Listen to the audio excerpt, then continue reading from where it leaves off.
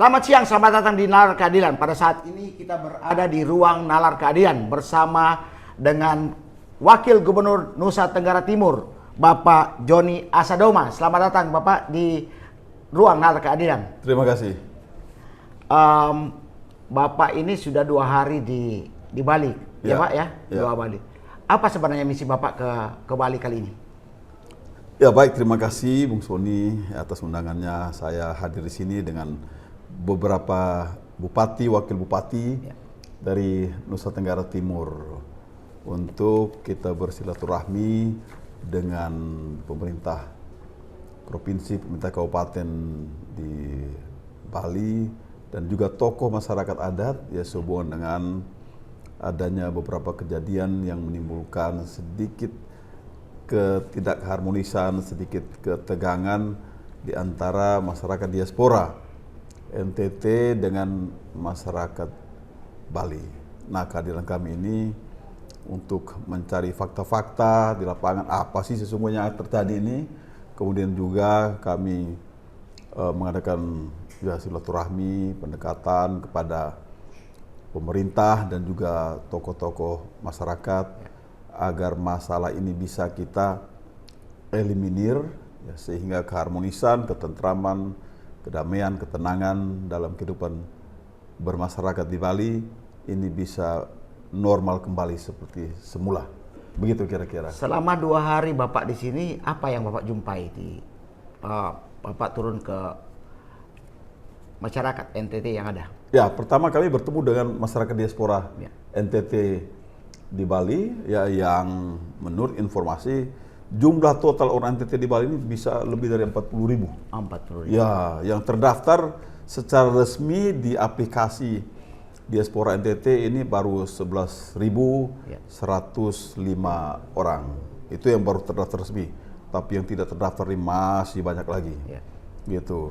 Karena itu kami datang pertama-tama kami mengadakan pertemuan dengan masyarakat diaspora. Ya, pertemuan untuk kami mendengar langsung dari masyarakat diaspora kita apa sih sebenarnya yang terjadi, bagaimana kejadiannya, siapa orang-orang yang terlibat di dalamnya, di mana saja lokasinya, begitu kan.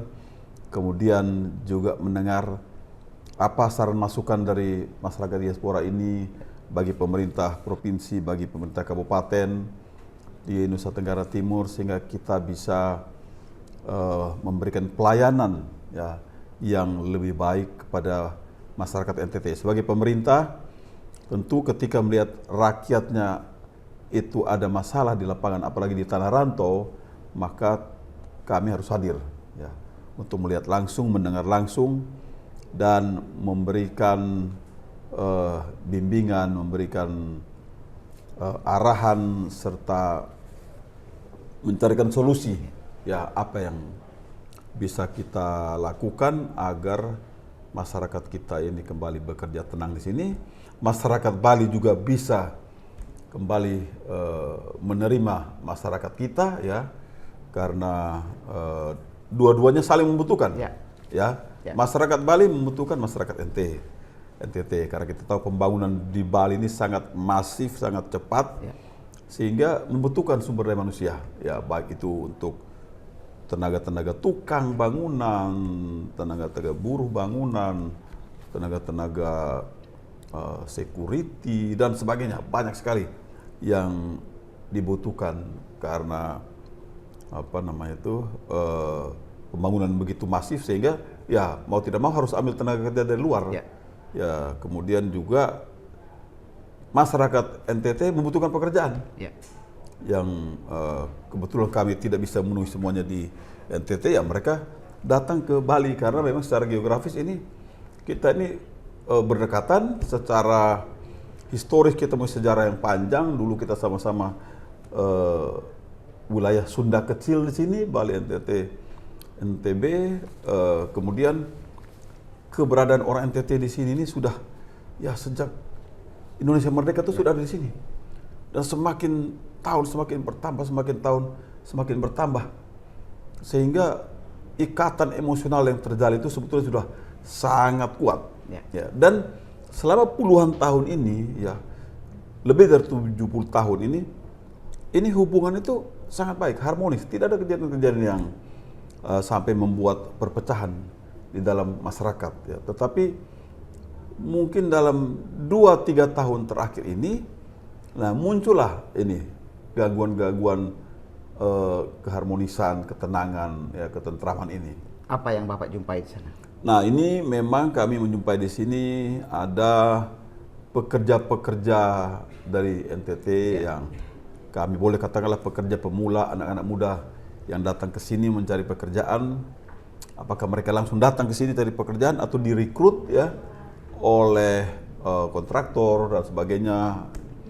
Kemudian mereka itu tidak dibekali dengan wawasan ya sosial yang cukup ya, karena mungkin juga kapasitas SDM-nya itu kurang begitu baik ya, sehingga ketika mereka tiba di sini mereka tidak bisa bersosialisasi, tidak bisa beradaptasi dengan masyarakat di sini.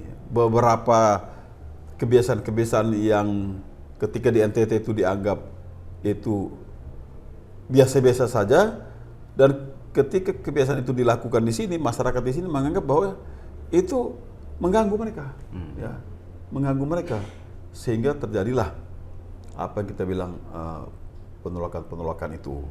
Tetapi ini terjadi pada segelintir oknum, ya, segelintir oknum. Kalau saya bilang tadi 40.000 lebih, ya, maka yang pelakunya ini tidak sampai mungkin 0,2%. Kecil, tetapi berdampak. Artinya hanya segelintir orang aja. Segelintir orang. Ibaratnya pepatah bilang, nilai setitik rusak susu sebelanga. Nah ini yang terjadi sekarang. Tetapi itu menimbulkan ketidaknyamanan dan menimbulkan dampak bagi yang lain yang tidak tahu apa-apa. Bagi yang lain datang dengan maksud baik, bagi yang lain yang memang tidak pernah mempunyai masalah dengan masyarakat Bali ini. Nah, mungkin itu, Bapak perlu menjelaskan dampak apa yang terjadi ya, sebenarnya dengan ada persoalan-persoalan kecil itu. Ya, dampak yang real itu misalnya ketika mencari penginapan ya itu sulit ya. Ada penolakan dari pemilik-pemilik tempat kos-kosan. Ya. Kemudian juga ketika mencari kerja itu juga diseleksi begitu kan. Kalau orang NTT itu masih banyak penolakan begitu. Dan juga dalam hubungan sosial ya, ketika ada masyarakat NTT yang mungkin melakukan pelanggaran atau melakukan tindakan-tindakan yang ya boleh melanggar hukum, itu ada bukan cuma sanksi sosial tapi ada tindakan sosial ya yang ditujukan kepada warga NTT tersebut yang sampai ada yang sampai meninggal begitu. Jadi begitu tahu misalnya ya dia contohnya ada seorang warga NTT yang sakit jiwa ya hilang ingatan. Kemudian dia ini kebetulan tertangkap itu di suatu tempat yang tidak selayaknya. Nah itu langsung dihakimi, itu kan. Nah ini kan berbahaya karena itu kita bertindak di luar hukum, ya. Dan kita mengeneralisir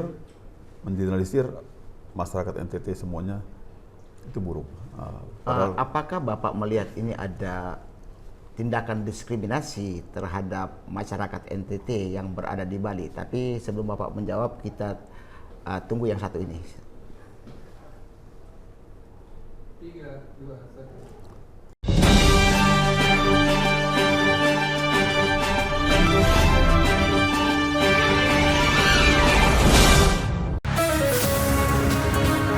Di tengah perubahan dan dinamika bangsa, ada isu yang memerlukan sebuah solusi. Menyinggung soal SARA seandainya tidak hati-hati. Semua tata kelola penyelenggaraan ya itu harus bersih. Bersama narasumber terpercaya, mengulas topik terkini untuk negeri. Indonesia Kita, Senin sampai Jumat pukul 7 malam. Hanya di Garuda TV.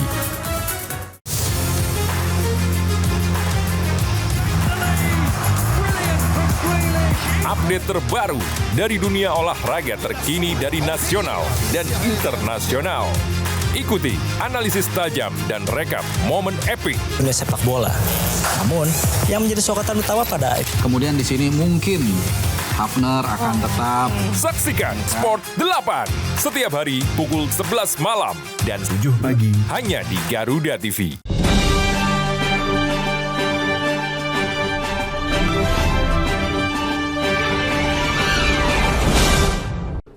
Baik, kita kembali lagi pada pertanyaan tadi. Apakah Bapak melihat bahwa ada perlakuan diskriminasi terhadap masyarakat NTT yang ada? Ya, tentu dari fakta-fakta tersebut ada. Walaupun juga itu tidak seluruh masyarakat Bali. Hanya di beberapa tempat tertentu, di beberapa desa tertentu gitu. Tetapi ini harus segera kita reduksi, kita netralisir agar tidak semakin berkembang. Karena kalau dibiarkan, ini akan semakin berkembang. Dan disinilah fungsi pemerintah untuk hadir di sini, ya, untuk cepat menetralisir situasi-situasi yang negatif, ya, agar bisa normal kembali begitu. Karena ini juga membahayakan persatuan dan kesatuan bangsa. Ya, kita harus semuanya harus bersatu padu, bergandengan tangan, bahu-membahu membangun negara ini. Ya, Bali ini merupakan bagian integral daripada Indonesia yang ikut menopang ya keutuhan bangsa. Nah, karena itu ini tidak boleh terjadi seperti ini. Cepat harus bisa kita netralisir, begitu. Saya ingin mempertajam lagi apa langkah konkret dari Pak Wagub untuk masyarakat NTT yang ada di sini. Oke, baik. Jadi salah satu langkah konkret yang sudah diambil oleh Bapak Gubernur, ya, oleh Bapak Gubernur dan Bapak Gubernur NTT dan Gubernur Bali adalah komitmen bersama, ya, komitmen bersama yang ditandatangani di mana nama itu? Di Labuan Bajo, ya, di Labuan Bajo, Tanlangan, Labuan Bajo itu sangat bagus, ya, sangat bagus. Ada 8 item di situ, ya, diantaranya adalah saling menghormati, menghargai, penyelesaian secara musyawarah mufakat, secara damai, ya, dan beberapa poin lainnya itu sangat bagus, ya. Kemudian yang kedua, ya, saya datang bertemu dengan pemerintah Kabupaten Badung, pemerintah Kabupaten Karangasem, ya, dengan beberapa tokoh adat, ya, kemarin. Dan hari ini kita akan lanjutkan bertemu dengan Bapak Gubernur dan Forkopimda, ya, sehingga ya, ini bisa kita cepat netralisir. Mungkin Bapak perlu menjelaskan di sini apa hasil dari pertemuan Bapak dengan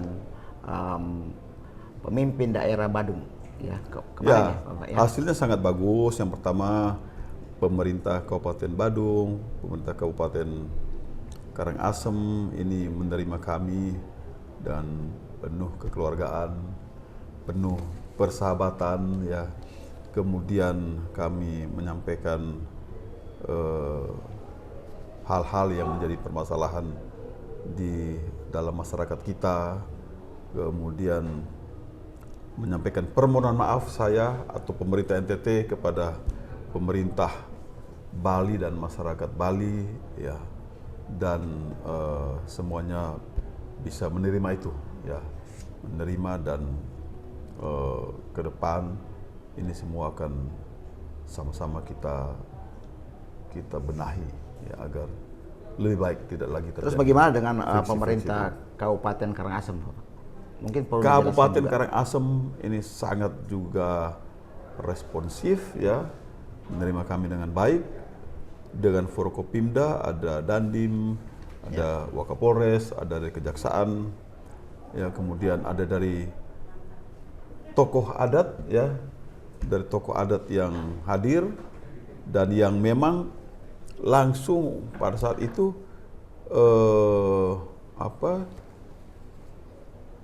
mengeluarkan surat himbauan itu, ya. Tetapi sebetulnya itu bukan surat himbauan yang sifatnya kaku dan langsung bisa dipraktekkan.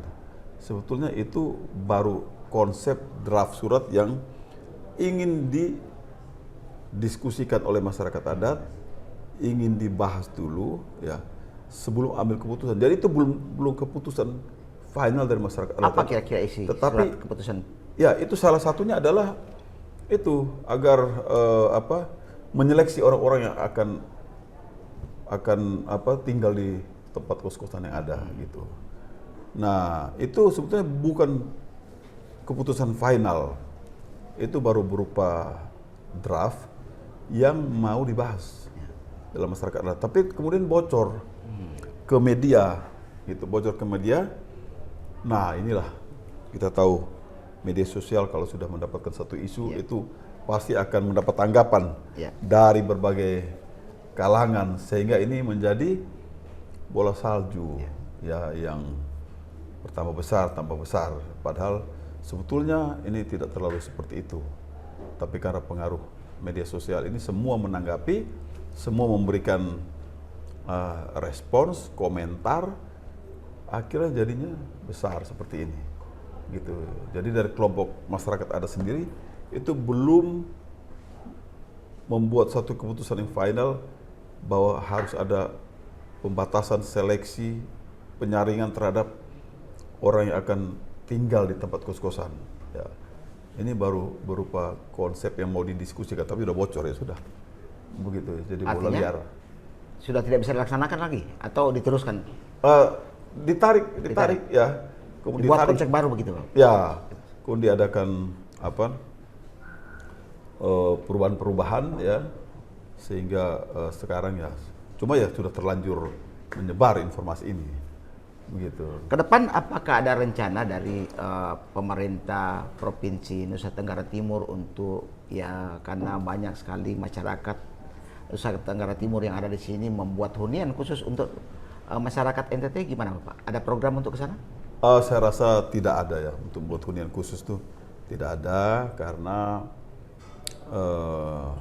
yang sudah lama tinggal di sini, sudah menetap di sini itu ya rata-rata mereka sudah punya ini rumah permanen di sini, sudah punya profesi, pekerjaan ya. Ada yang jadi staf ahlinya gubernur, ada yang jadi anggota DPR, kemudian ada yang jadi ASN, ada yang jadi pengacara, ada yang jadi pengusaha dan sebagainya. Itu sudah banyak gitu. Cuma ya ke depan mungkin kita sedang mempertimbangkan untuk membuat badan penghubung atau perwakilan pemerintah NTT di Bali, yang memang saat ini belum ada. Itu yang sedang kita juga dalam pertimbangan untuk kita buka itu. Bagaimana pemerintah itu bisa memastikan, Bapak, nah, untuk perlindungan hukum ke depan? Ada enggak bayangan atau konsep ke depan untuk perlindungan hukum bagi masyarakat NTT yang ada? Yang sebenarnya kan kalau misalnya kesepakatan-kesepakatan itu masih belum juga fix ya, nanti kan tetap ada gejolak-gejolak lagi kan gitu. Nah, bagaimana Bapak mempersiapkan konsep itu untuk perlindungan hukumnya? Ya, jadi pertama kita akan buat regulasi ya. Regulasi tentang migrasi warga NTT keluar, yang mau cari pekerjaan maupun yang sekolah dan sebagainya. Jadi misalnya begini, dia berangkat itu dia harus ada surat jalan, dia harus lapor dulu ke kepala desa, ya, mulai dari RT, kepala desa mengeluarkan surat jalan. Ya, kepala desa itu harus tahu dia ini mau kemana, untuk apa. Misalnya ke Bali, oke, untuk apa? Bekerja, bekerjanya pada siapa?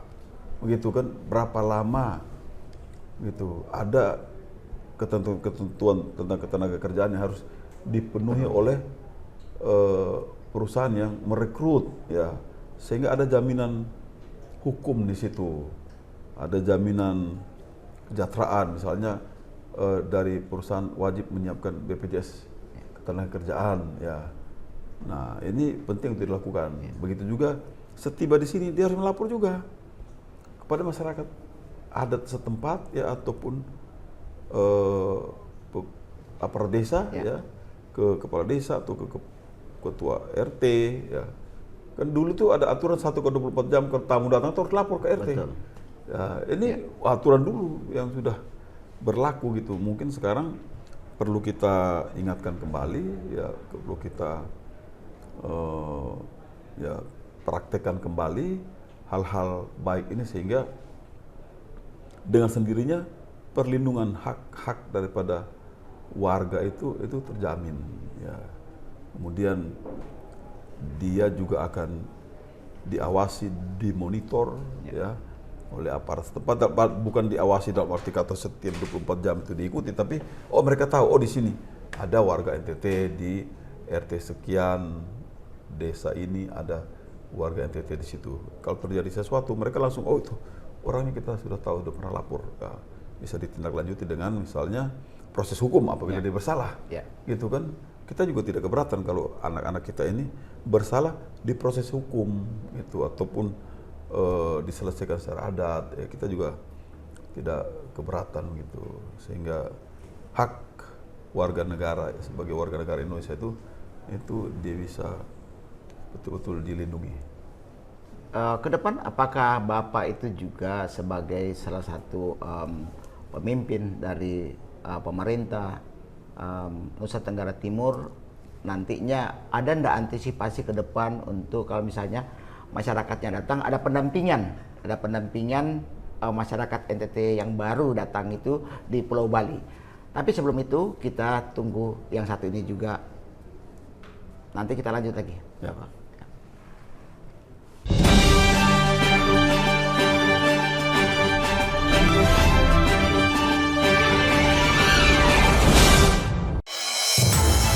Sepanjang hari, Indonesia dipenuhi beragam peristiwa, dari isu nasional hingga dinamika internasional. Tim SAR gabungan berharap korban segera ditemukan dan dievakuasi dalam kondisi terbaik. Kami hadirkan informasi terkini, akurat dan terpercaya dalam rangkuman berita malam hari Anda, Laporan 8 Malam, setiap hari pukul 10 malam. Hanya di Garuda TV.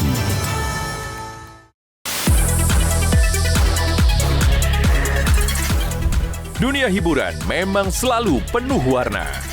Drama panggung yang tak terlupakan hingga cerita cinta yang menghebohkan. Rahasia di balik kesuksesan para selebriti. Adegan intens, suasana lokasi yang menegangkan. Kehebohan apa saja yang terjadi saat ini. Saksikan Gosip Panas Selebriti. Hanya di Garuda TV.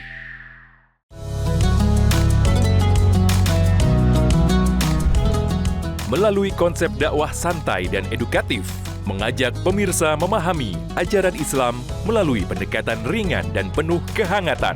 Atau nanti dikabulkannya di akhirat, nggak dikabulkan di sini. Mengapa manusia tetap harus berdoa? Dari perspektif Islam untuk mempererat toleransi di Indonesia, Harmoni Indonesia.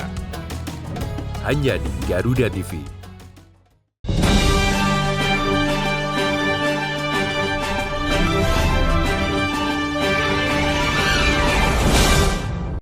Baik, kita balik lagi ke nalar keadilan.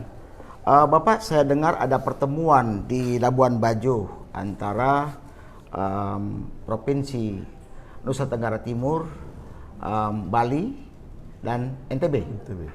Apa yang disepakati di sana? Ya, jadi baik. Jadi pertemuan 3 gubernur tersebut itu dalam rangka penandatanganan kerjasama, ya. Perjanjian kerjasama antara Provinsi Bali, NTB dan NTT. Yang pertama itu tentang penguatan perdagangan dan ekspor. Ya. Yang kedua itu tentang dukungan pengembangan energi terbarukan dalam pembangunan super grid kawasan regional. Kemudian yang ketiga adalah integrasi perencanaan pembangunan regional Bali, NTB, NTT. Dan yang keempat itu adalah kerjasama regional Bali, NTT, NTB, serta pada kesempatan tersebut juga dimanfaatkan oleh Bapak Gubernur NTT dan Gubernur Bali menandatangani apa yang dinamakan komitmen bersama harmoni kehidupan bersama Bali NTT, ya, yang berisi 5 poin inti. Yang pertama, penguatan komunikasi budaya dan ruang dialog, ya. Kemudian yang kedua, pembinaan dan pembekalan warga atau pre-migration. Yang ketiga, penegakan hukum yang tegas dan proporsional. Yang keempat, perlindungan hak dan kesetaraan warga. Yang kelima, sinergi strategis dan narasi positif. Nah, jadi ini sesuatu yang sangat bagus yang sudah dilaksanakan oleh para pemimpin kita. Nah, ini kita harus turunkan ke bawah menjadi program-program kegiatan yang real, yang bisa menyentuh langsung ke akar rumput. Gitu. Tadi sempat dijelaskan situ untuk masalah penindakan hukum yang tegas apabila dijumpai, tentunya kan apabila ada masyarakat di sini juga kan, termasuk kalau ada melanggar aturan dan sebagainya di daerah lain itu kan Bapak ya. Jadi maksud itu seperti apa itu nanti implementasinya kan gitu? Ya, implementasinya adalah ketika ada masyarakat NTT yang melakukan pelanggaran, ya, yang boleh dikatakan pelanggaran itu norma hukum maupun norma adat, maka ini diproses. Ya, nah prosesnya itu kan ada dua, proses hukum dan proses adat. Mana yang mau dipilih?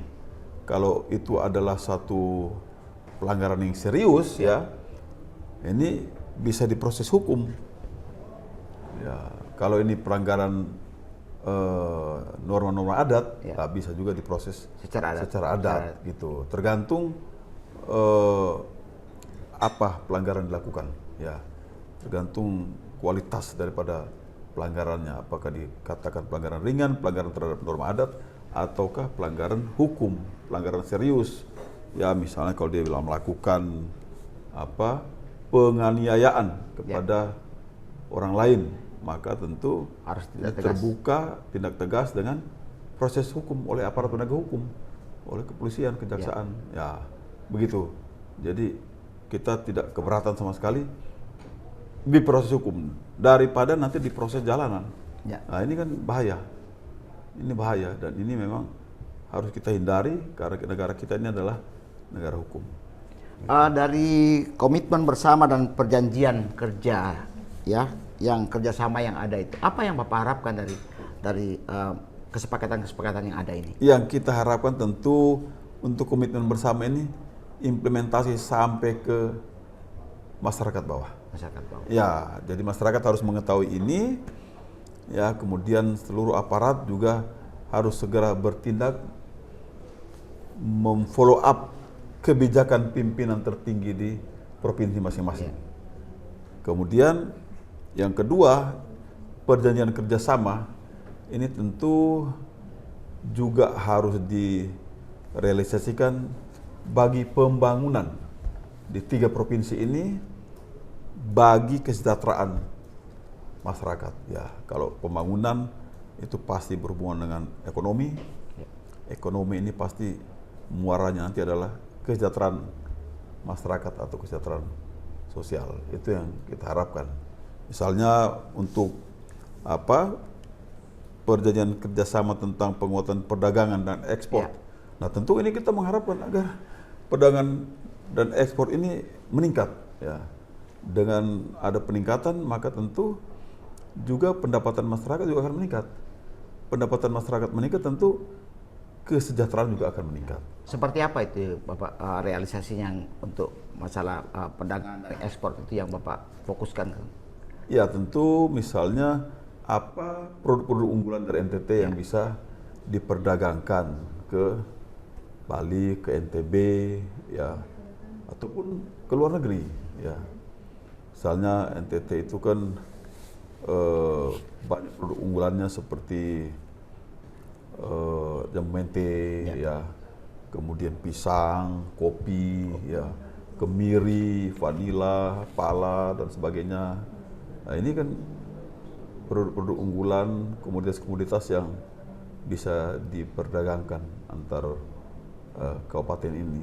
Kemudian tentu peraturan-peraturan yang sifatnya terlalu ketat ini bisa kita sederhanakan sehingga lebih gampang proses distribusi, proses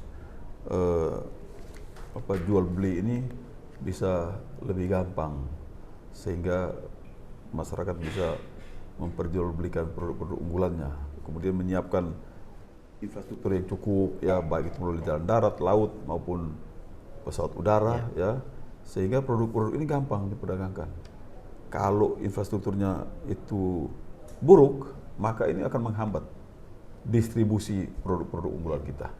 Itu kira-kira konkretnya.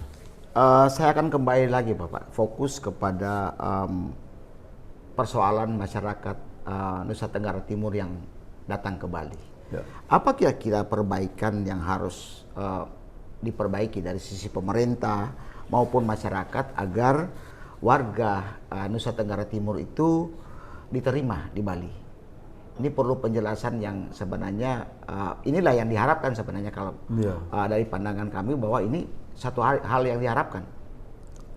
Ya, yang pertama tentu ini pembenahan dalam meningkatkan kualitas sumber daya manusia.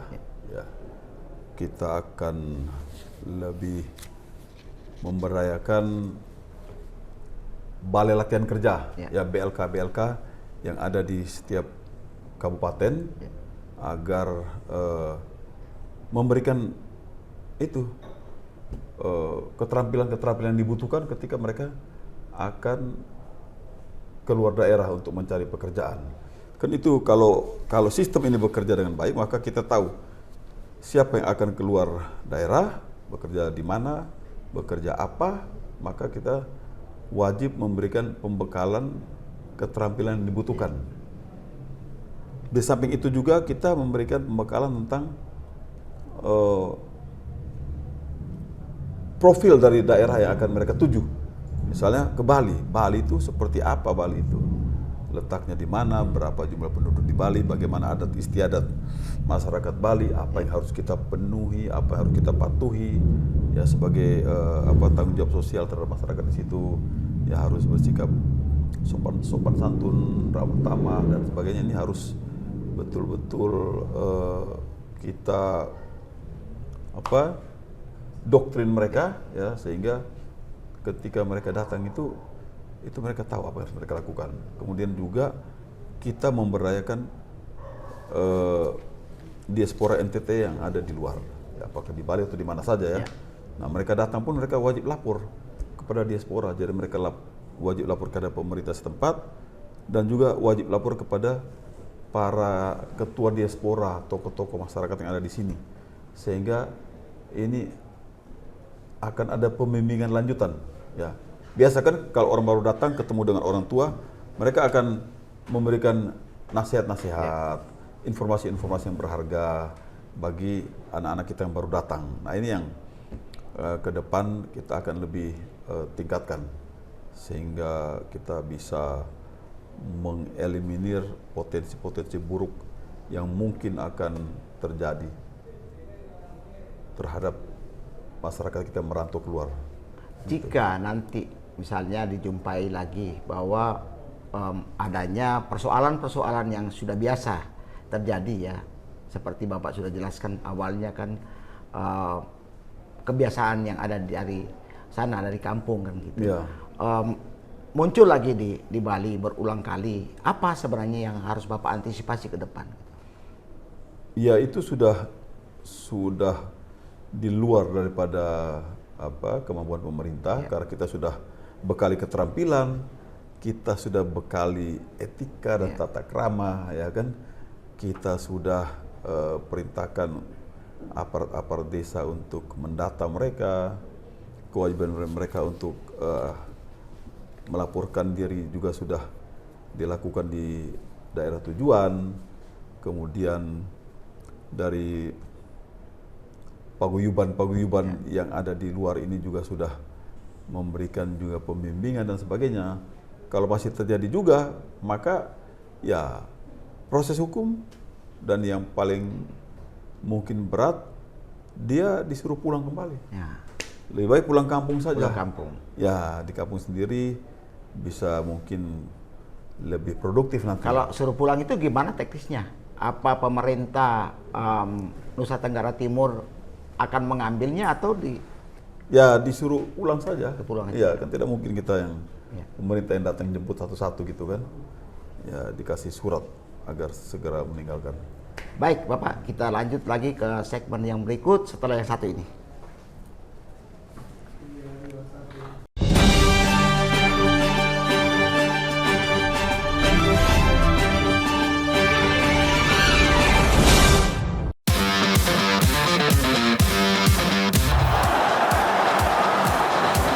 Kompetisi memanas pada tiap lini klasemen Eropa. Perebutan juara terus terjadi, membuka cerita baru di tiap laga pertandingannya.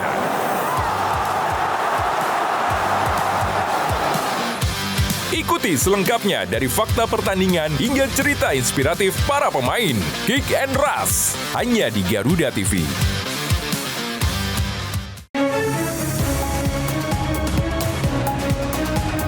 Rangkaian informasi terkini dan mendalam, mengupas peran strategi dan peran penting para pengambil kebijakan. Orang yang bersih, orang yang tidak korup. Kuotanya sudah dinaikkan 15%. Menghadirkan fakta, bukan wacana. Kalau LPMK pun saya tantang. Dalam Kabinet Merah Putih, Senin sampai Jumat pukul 5 sore. Hanya di Garuda TV. Pertanian Andi Amran Sulaiman menyebut, ekonomi terus bergerak cepat dan setiap perubahan membawa dampak besar. Beragam aktivitas dihadirkan. Kami hadir dengan update terkini seputar keuangan, perdagangan, investasi, hingga sektor strategis lainnya. Tahun depan, swasembada white sugar. Jangan lewatkan Ekonomi 8 pukul 10 pagi hanya di Garuda TV.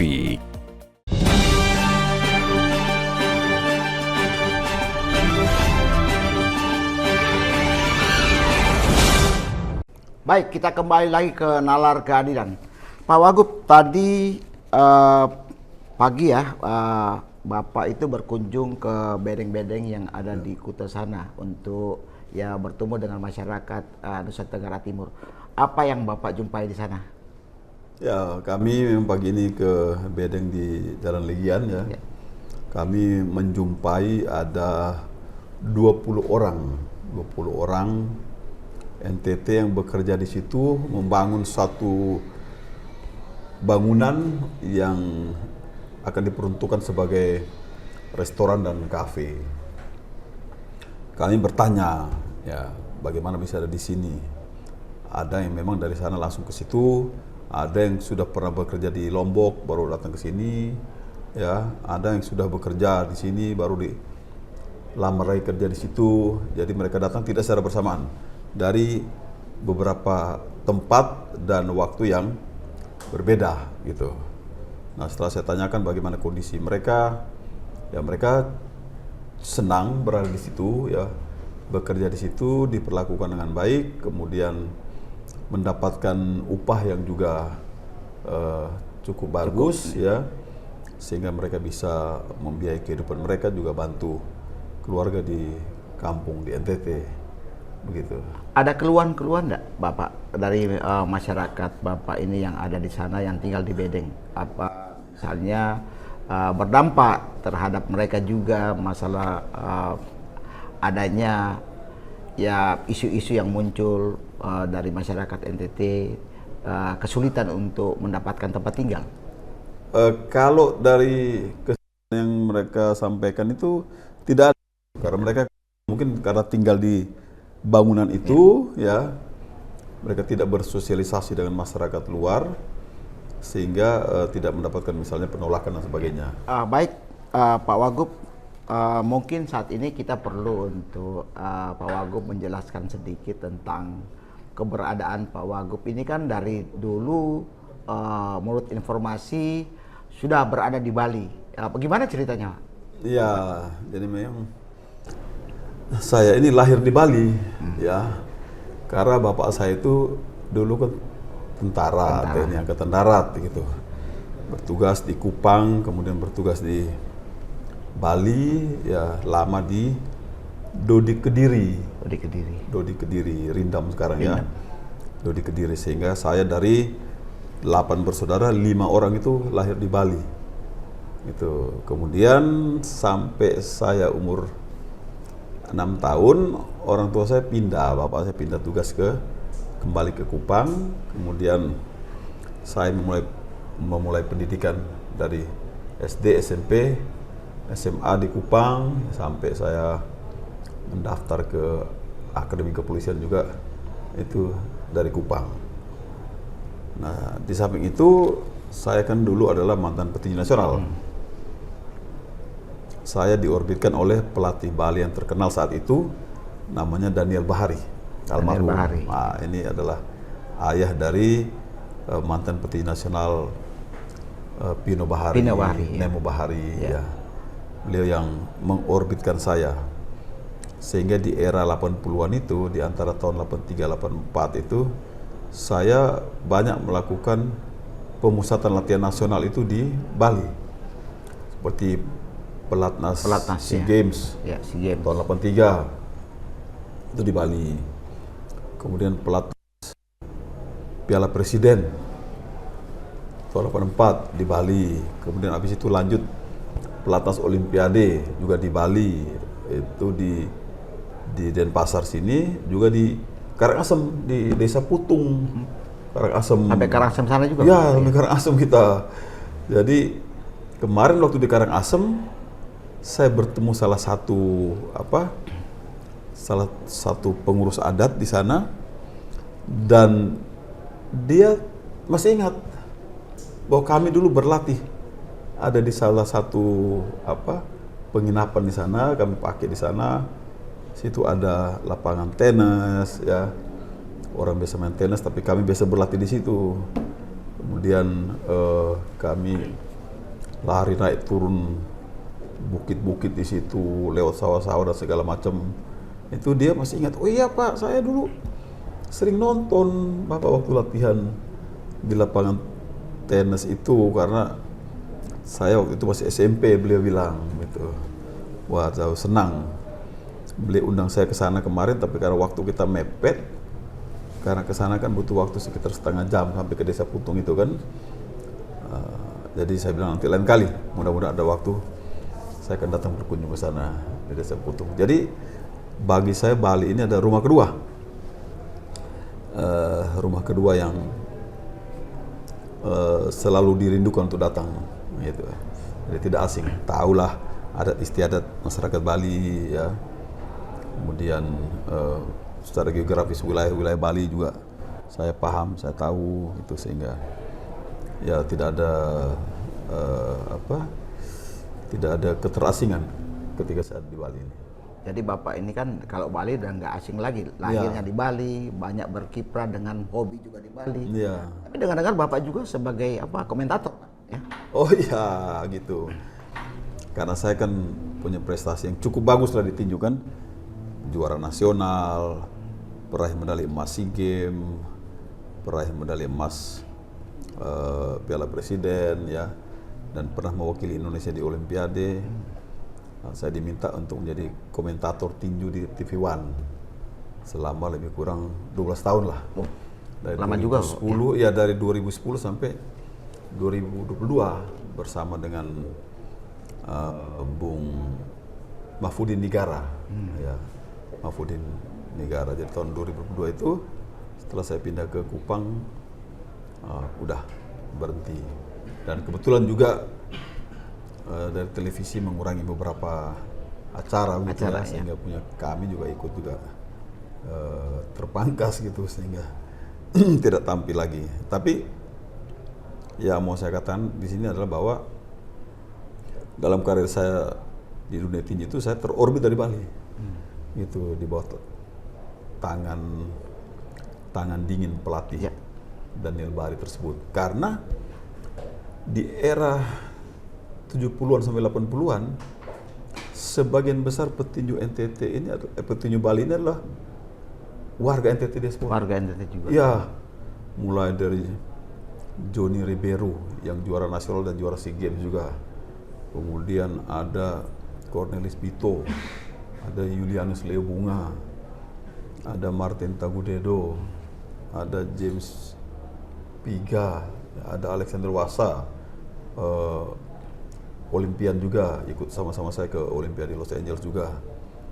Ya, kemudian ada beberapa lagi. Jadi kekuatan tinjunya Bali waktu itu, ya terakhir tahun 2011-an, 2012-an itu Cornelis Kwandulangu itu juara nasional dan peraih medali emas SEA Games juga. Dia di sini bawa nama Bali, bukan bawa nama Nusa Tenggara Timur. Jadi hubungan apa namanya itu, kekerabatan, kekeluargaan itu sangat kuat antara Bali sama NTT.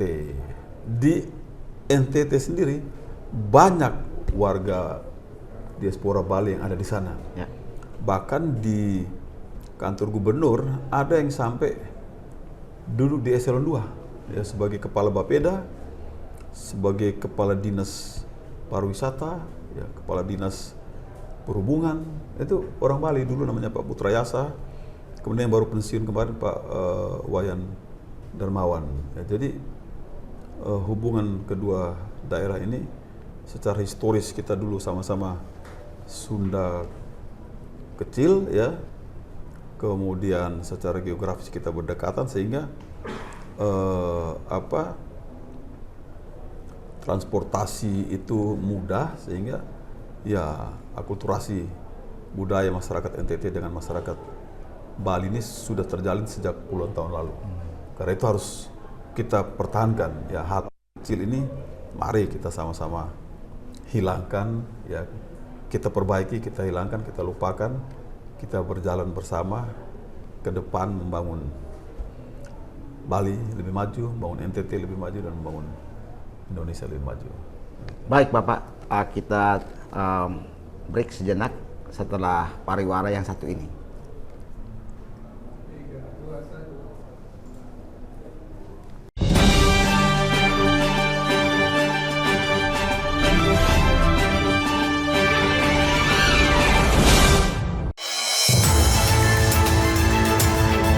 Kini saatnya update di tengah aktivitas Anda.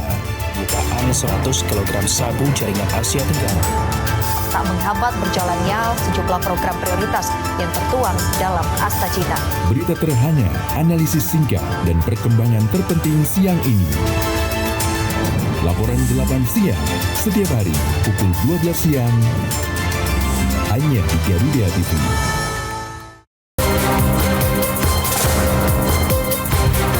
Menyorot setiap detik penting, dari peristiwa mancanegara, dinamika politik internasional, hingga kebudayaan bangsa. Presiden Amerika Serikat Donald Trump menyambut kedatangan Presiden Ukraina. Ikuti langkah Presiden dan para pemangku kepentingan di kancah kerjasama internasional. Perbatasan diplomat Thailand dan Kamboja bertemu di pos perbatasan Dunia Kita, setiap Jumat pukul 4 sore, hanya di Garuda TV. Kolaborasi teknologi canggih dari darat, laut, hingga udara di medan pertahanan negeri. Pasukan ini terlibat dalam menjaga jalur pelayaran penting dari ancaman teroris atau kelompok kriminal. Semua terangkum dalam informasi dunia militer di garda terdepan. Saksikan Garda Dunia hanya di Garuda TV.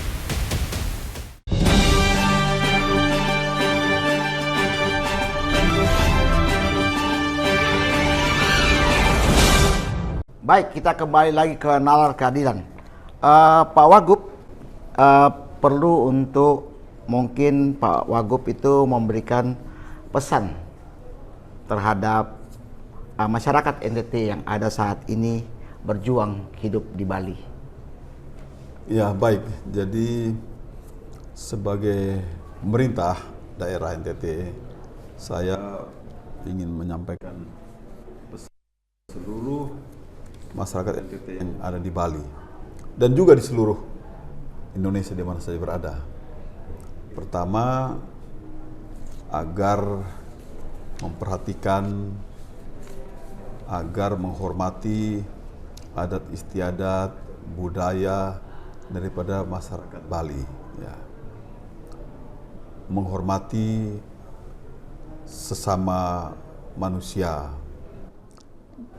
bersikap dan perilaku tutur kata yang santun, ya, yang ramah, ya, dan menganggap bahwa kita ini adalah tamu yang memang harus memberikan yang terbaik bagi tuan rumah. Kemudian yang bekerja dengan rajin, bekerja dengan jujur, bekerja dengan disiplin, loyal kepada majikan atau kepada yang memberikan pekerjaan, sehingga akan menghasilkan pekerjaan yang berkualitas. Ya. Hanya dengan ini orang akan terus mencari tenaga kerja asal NTT. Ya. Dengan kerja-kerja yang baik, dengan sikap perilaku yang baik, maka orang pasti akan cari, oh kita kalau pekerjaan ini orang NTT, kalau pekerjaan ini orang NTT. Ini yang kami harapkan dari masyarakat NTT yang ada di Bali ataupun di mana saja di seluruh wilayah Indonesia, ya, bekerja dengan sungguh-sungguh, bekerja dengan profesional, ya, bekerja dengan rajin, disiplin, jujur, ya, loyal, ya, dan menghormati adat istiadat setempat, sehingga akan memberikan citra yang positif, citra yang baik tentang Nusa Tenggara Timur. Gitu. Baik Pak Wagub, mungkin ada yang Pak Wagub ingin sampaikan kepada pemerintah dan masyarakat Bali? Ya, jadi saya atas nama pemerintah Provinsi NTT dan jajaran pertama-tama ingin menyampaikan permohonan maaf, ya, kepada pemerintah Bali dan masyarakat Bali secara keseluruhan atas sikap dan perilaku tutur kata daripada masyarakat NTT yang ada di Bali yang mungkin menyinggung perasaan, yang mungkin mengganggu ketentraman, keamanan, ya, kenyamanan daripada warga masyarakat Bali. Kami terus berusaha untuk membenahi, ya, berbagai kekurangan-kekurangan yang ada, sehingga harapan kami ke depan ini akan semakin lebih baik. Nah, mengingat hubungan yang sudah terjalin puluhan tahun, ya, lebih dari 70 tahun, maka perbuatan segelintir oknum ini mohon agar dimaafkan, dan mari kita kembali menatap ke depan untuk bekerja bersama, membangun Bali, membangun NTT, membangun Indonesia, karena kita saling membutuhkan. Ya, Bali membutuhkan tenaga kerja, kita warga NTT juga membutuhkan pekerjaan. Maka mari kita saling memaafkan. Ya, anggap saja ini memang anak-anak yang nakal dalam satu rumah tangga yang harus kita jewer, kita tegur, ya, agar mereka menjadi lebih baik. Dan kejadian ini memberikan pelajaran berharga bagi kami pemerintah, ya, untuk mengambil langkah-langkah yang lebih baik lagi ke depan, gitu. Baik, terima kasih atas penjelasan yang luar biasa dari Bapak Wakil Gubernur Nusa Tenggara Timur, Johnny Asadoma. Saya Sony Timbelaka, sampai jumpa di episode yang akan datang.